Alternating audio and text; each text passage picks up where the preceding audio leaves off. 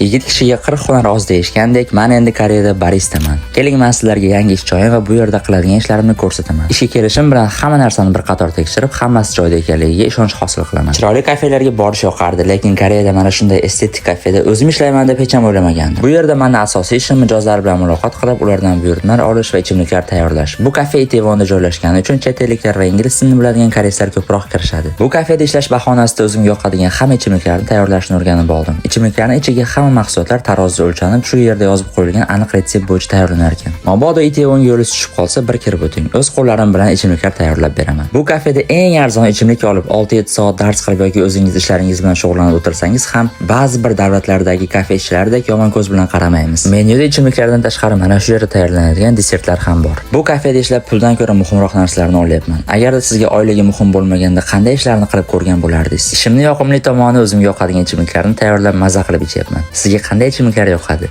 Ishimni tugatishdan oldin maza qilib o'zbekcha musiqalar eshitib, soat 8 da uyga qaytaman.